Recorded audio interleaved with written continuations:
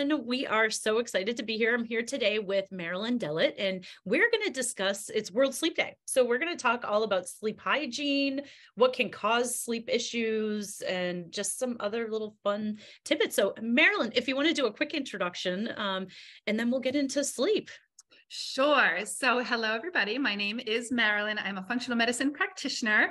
I do have quite an extensive background in the world of conventional medicine, but I have shifted over to now this more root cause approach to healing and helping women to really heal their symptoms, whether it's gut related or a gut imbalance, and then hormone imbalances as well. So I now am working one-on-one virtually with women and kind of help lead them through this journey of healing specific to their unique history and symptoms. So love doing what I do, love being able to integrate both worlds.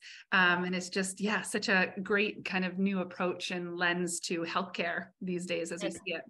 No, I love it. I love it. And you're such a wealth of knowledge that's why I was like, the first time I spoke to you, I'm like, Marilyn can come on and do a sleep segment. So like, yeah, so super excited. I'm so excited for this topic too, because it's something that I've always struggled with. And even, I mean, if people have heard me talk about my journey, I've been on it for, a long time, since 2013, 2014, but, sleep is still something that I struggle with. So, let's start with like sleep and why it's so important to get, I think 8 hours is what they recommend, but anyway, yeah, that's a solid number. Why it's so important, and then get into some of the biggest challenges that people might have with it and what might be causing it. So yeah, sure. So sleep is so important. And I feel like oftentimes it falls by the wayside, but the majority, I shouldn't say the majority, it's about 25% of the population have trouble sleeping. And that might be, falling asleep, like sleep onset. It might be waking up in the middle of the night,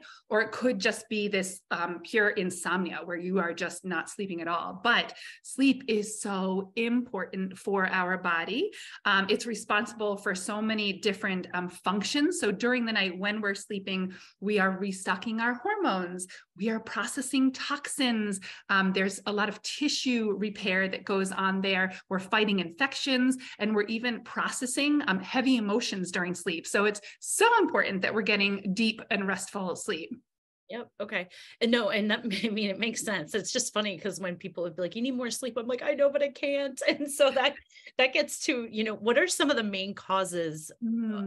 I know it can be all over the board and stress and everything, but what are some of the common things that you would look at if somebody's having trouble sleeping? Sure. Well, yeah, just like you said, it's completely unique to the individual. But stress obviously is 100% a huge dynamic that we have to take into account. We were speaking before on our other podcast about stress and that sympathetic fight or flight response. And this is where the body is going to prioritize survival. And in doing that, it's going to boost your cortisol levels, which is going to suppress our sleep hormone, melatonin, which we can get into. But so stress definitely plays a massive factor when it comes to restless sleep. And stress can be not only that mentally emotional, like ruminating thoughts, right? And that anxiety where we just can't turn our brain off when we go to sleep, but stress can also stem from elsewhere in the body. For example, the gut, if there's inflammation in the gut, that is an example of stress as well. So stress is absolutely a huge factor when we're wondering why someone isn't sleeping properly. And health is obviously huge as well. So whether it's pain and somebody is, uncomfortable, whether there's a hormonal imbalance, it can be another factor as to why people aren't sleeping. So I'd say, those are a couple of really big reasons that people don't sleep. And then of course, there's also, a chemical imbalance from a genetic kind of perspective. Okay. And so when people come to you and are having sleep issues, what is good sleep hygiene? And, how can people start to achieve this? Because it's like, I can't shut my brain off. My monkey brain keeps going and I can't shut it off. So yeah, yep. And that's exactly it. And you think like, well, why can't you shut your brain off? Like what is happening? It is, again, we're just exposed to daily stressors, right? All the time. So we need to be able to find and implement tools to be able to turn our brain down a little bit and to shift from that stress sympathetic fight or flight response into the more parasympathetic rest, digest, and heal mode. And that's where we're going to be able to find, that proper sleep. So there's so many different ways out there, but a big one is helping to regulate our circadian rhythm, which a lot of people have heard of before. So these are sort of the hormonal patterns through the day that allow our body to kind of wake up first thing in the morning with this surge of cortisol and then slowly wind down at nighttime, where our melatonin, our sleep hormone, is able to then take over. So the problem is that oftentimes, and we're all guilty of this, at night when we really should be winding down and allowing our body to come down into this more restful mode, we're stimulating ourselves. So whether we're having, a coffee at 4 o'clock in the afternoon to get through that like slump, okay, all of us metabolize caffeine differently. And so that's going to mean that caffeine is leading us through the night. And so we have this caffeine that's stimulating these certain chemicals within our body that is inhibiting proper sleep. There's also things like when we are sitting down on the couch and we're on our phones and we have that full spectrum, light that again is stimulating to our brain and telling us, well, it's still daytime and it's not time to sleep, or when we're on the computer.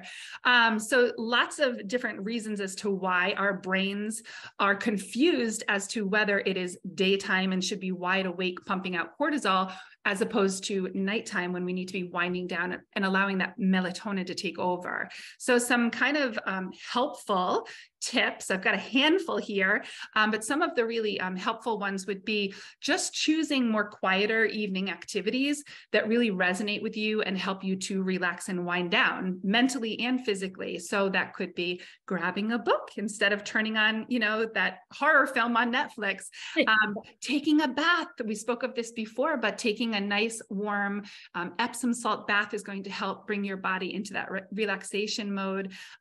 Maybe even just snuggling with your kids and reading a book, even some basic things like sitting down and folding laundry quietly, other than jumping on the computer and having those like stressful conversations, with perhaps a spouse or anything like that. Again, winding down.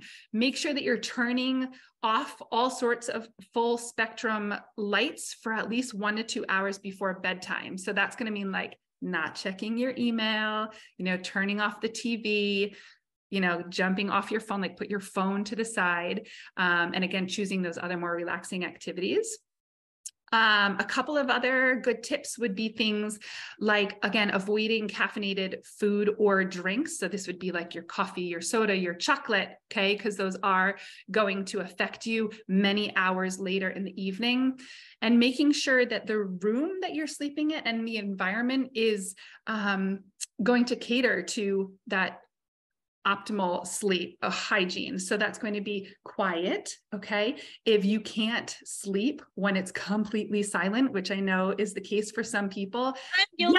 Yeah, I need a fan and my fan noise. I was just going to say exactly. Right. So just having that like white noise, of a fan in the background, or they have those machines, white noise machines, or even like earplugs, if it comes down to that. So just something that's going to quiet, the environment for you. Be mindful of the temperature, right? Because rooms that are actually too hot or too cold actually tend to wake us up, not only because we're like throwing off the covers if we're like totally overheated, but also what ends up doing is these extreme temperatures will increase our stress hormones, which will then promote that wakefulness.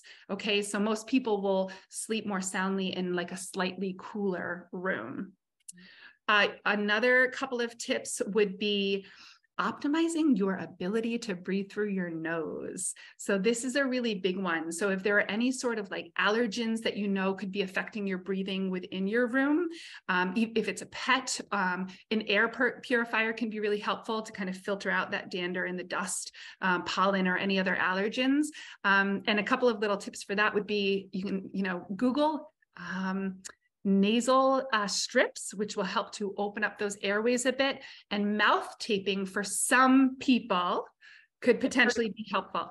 Okay. I've heard of it recently, and that I've heard of the whole thing recently too with the nose breathing, which I'm kind of like, what are the benefits of that? I know that's kind of off topic of sleep, but it's so fascinating to me that and because when you're sleeping, you don't know how you're breathing. So yeah, that's Right. You know, and there's a couple parts to that. So number one, like, just like you said, if you don't know how you're breathing, like if you happen to have a partner who is in the room with you, ask them. Like, we don't really talk about that ever. Like, why are we going to ask our partner, like, hey, do you notice if I'm snoring, or do you notice if I'm like, my mouth is hanging open, you know, in the middle of the night? But ask your partner, because it is super important. Because if you are snoring, or if your partner's noticing any sort of periods where you have stopped breathing for a few seconds at a time, that's really, really important information. It could potentially be something called sleep apnea, which can just cause more stress, you know, to our body. Our body literally thinks that it is suffocating. So again, it will release these stress hormones just to get us breathing again. You know, and another kind of point to mouth breathing and being able to breathe properly through the nose is if we're breathing through our mouth, one of the issues could potentially be that it dries out the mouth, okay? And we need nice, moist mucous membranes to keep a healthy oral microbiome.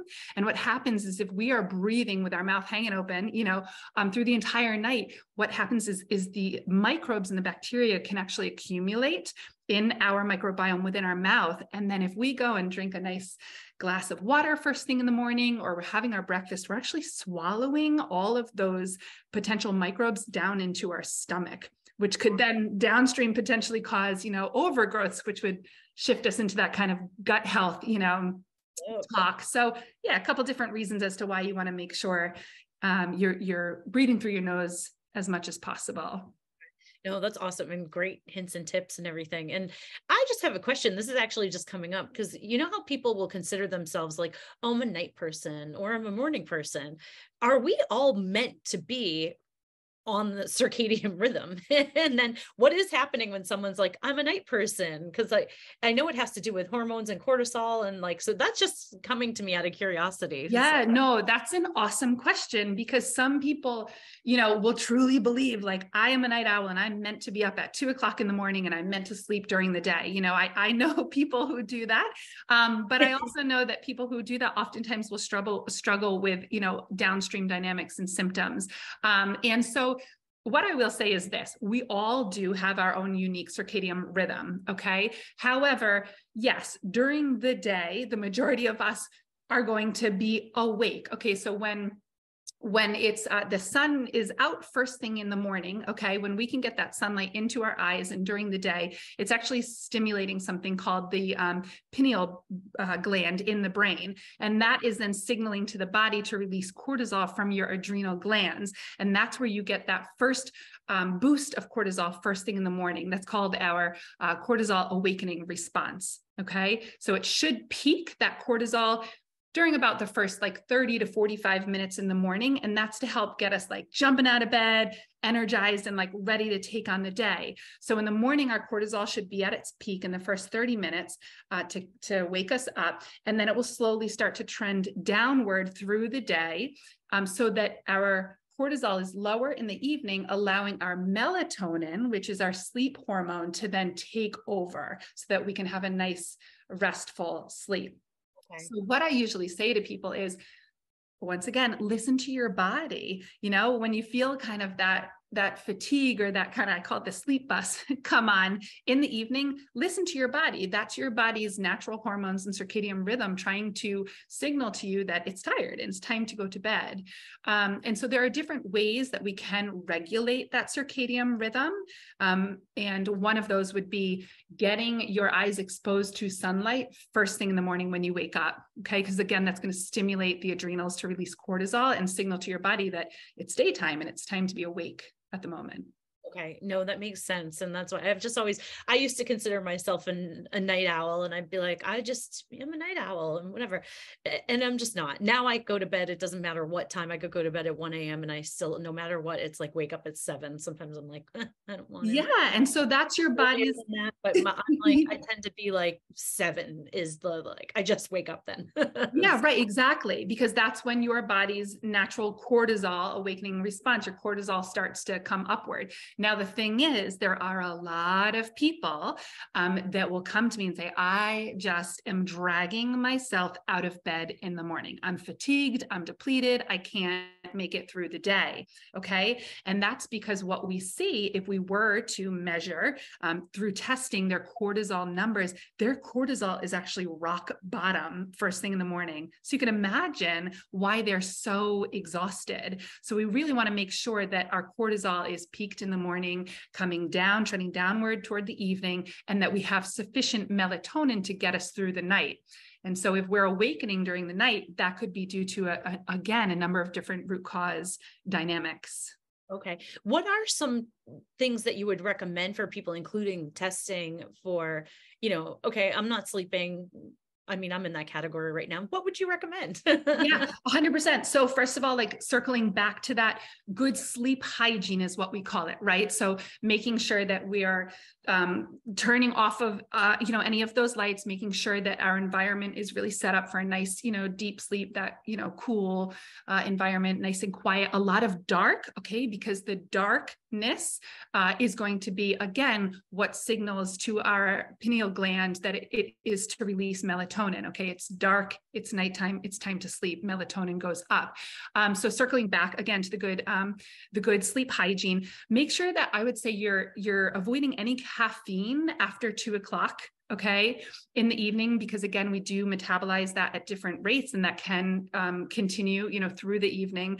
Alcohol is a really big one. So a lot of people will sometimes find that, if they have a night out and they're celebrating, and there's no harm in doing that, but a lot of people will actually find that they go to sleep, okay, and then they're waking up like 2 to 3 hours later. And that has to do with a chemical, balance. There's something called GABA, which is our, what we refer to as our inhibitory neurotransmitter. And then glutamate, which is our stimulating neurotransmitter. And so GABA goes along with that alcohol consumption and will make us drowsy and sleepy. But what happens is about 2 or 3 hours later, it starts to wear off, okay? And then we have what we call this rebound of glutamate, that stimulating neurotransmitter. And that's why we'll find ourselves waking up, 2 or 3 hours after we go to bed, and then having really restless sleep for the rest of the evening. So trying to kind of be mindful of your alcohol consumption. And if you are waking up like that in the middle of the night, that could definitely be a reason why. Another good way to make sure that we are sleeping soundly is blood sugar regulation. So a lot of people might not actually put this together with proper sleep. Yeah. So, we have that kind of 2 to 3 hour wake up call with the alcohol. But if we are waking up in the middle of the night in like hot, sweats, like have you ever woken up in the middle of the night and you're just like pouring sweat, right? Or you have these hot flashes? That could definitely be a blood sugar imbalance. So what that means is during that fasting window where we are asleep, obviously we're not consuming any sort of foods to be able to fuel our body with glucose or sugar. And so during that fasting state, what can happen is our blood sugar can actually drop low enough that it causes a surge of epinephrine, right? Stress hormones, because the blood sugar is dropping. So it will boost up your stress hormones to jump up your blood sugar. And so oftentimes that's where people might kind of wake up with that sensation, or a hormone imbalance as well can be another reason for that. Are there any natural sleep aids that you would recommend? Like, because I've taken melatonin or ashwagandha, or is that type of stuff harmless, or do you want to talk to somebody, a practitioner, before you take it? Or like, I would always say it's best to be able to speak with somebody who is familiar, with these types of supplements and herbal remedies. That being said, there are some that are, safe to take. A really big one for sleep that I love and I recommend to almost every single one of my clients is magnesium, just like we were saying. So yeah, magnesium is really important to help kind of downstream make melatonin, the sleep hormone. And oftentimes we are deficient in magnesium just because of our diet, depleted soil and whatnot. So magnesium is a really big one for sleep. What I would say would be helpful in speaking with a practitioner is because there's all sorts of different magnesium types. And so you want to make sure that you're taking the correct form of magnesium to really optimize that sleep. Ashwagandha for sure is another helpful one for some people, as is like a holy basil is another herb. Yeah. So that will help to support the adrenals and to reduce any sort of stress. What about valerian root? I've heard of that one before. Yeah. Valerian root is another good one. There's a lot of teas out there that contain something called L-theanine, which is another, helpful one for sleep. Chamomile. So yeah, definitely some like at-home support herbs that you can use. But again, it all comes back to why are you not sleeping? So we can take all of the herbs and supplements we want, but we want to really get to the root cause as to why you're not sleeping soundly. 100%. It can be so many things. And so with that being said too, is it beneficial for people to meet with a practitioner like yourself, just to be like, hey, this is a symptom I'm having, but like, what else is going on with me? And yeah, exactly. Because, yes, it could just be that, your night habits have for so long set your circadian rhythm that you just are not sleeping soundly because your cortisol is so elevated that it's not allowing your melatonin to take over. Our body will always prioritize cortisol over melatonin because if it feels that it's in a state of stress and needs to survive, there's no way it's going to allow you to take a nap, let alone sleep soundly through the night. So it will always prioritize cortisol. So again, figuring out the root cause of where that stress is coming from, but also it could be a blood sugar imbalance. It could be a hormonal imbalance that's driving that restless sleep. Okay. No, it makes sense. And it can be so many different things. I know. Yeah. I'm trying to think, is there anything else that we haven't talked about sleep and sleep hygiene and everything that you do want to mention or cover? I think really, I think we've covered a lot in a short period of time, but if you are somebody who is struggling with sleep, what I would say is, it is super important that we do get you sleeping soundly because like I mentioned from the start, sleep is when our body really is able to process toxins, repair tissue, fight infection, and again, process those heavy, traumatic emotions that sometimes we're faced with. So sleeping soundly is really, really important. You want to get to the bottom of why, because you can only mask those symptoms for so long before that lack of sleep can start cascading into other symptoms, which could possibly present down the road. And there are definitely certain functional lab tests that we can do to measure your levels of cortisol so that we can really find and address and identify what your specific support would look like moving forward. This is a question. So for people who are listening, who maybe want to go to like their primary care doctor, what's a good thing to ask them for? And just kind of like, only because I know I'm in the holistic space. I talk to practitioners all the time, and just, I know allopathic medicine and stuff just might not be as knowledgeable. So what would be some good questions for people to try and bridge that gap of like, hey, I'm really trying to get to the root cause of why I can't sleep. So are there good questions they could ask their primary care? Yeah, sure. Yeah. And, and some of those, again, can go back to, some of the topics that we had mentioned earlier, like what is your cortisol doing? I will say you kind of have to take serum cortisol with a grain of salt because it is a hormone and it does fluctuate so quickly all the time throughout the day that really, unless you were to have a cortisol done, I mean, literally within 30 minutes of waking up, it's not necessarily going to be a clear reflection, but it is something that you can ask for. I would definitely have your magnesium levels checked. There's something called RBC magnesium, which is going to be a much better indicator as to how much magnesium you have in your cells over the course of the last 2 to 3 months, as opposed to what your magnesium level is from what you had for dinner last night, right? So a red blood cell magnesium would also be a good one. And vitamin D. Vitamin D will help to optimize sleep as well. So that's also really important. And we all know that we're usually deficient in vitamin D. So also a good one to check, and also your blood sugar. What's your blood sugar doing? I always, with all of my clients, will check a full blood sugar, including an HbA1c, which is longer, look, and their insulin levels. Insulin's really important when it comes to blood sugar regulation and balance. So I would say like kind of that broad scope that would kind of address, a lot of different dynamics. Yeah, that's awesome. Or talk to a holistic practitioner like yourself.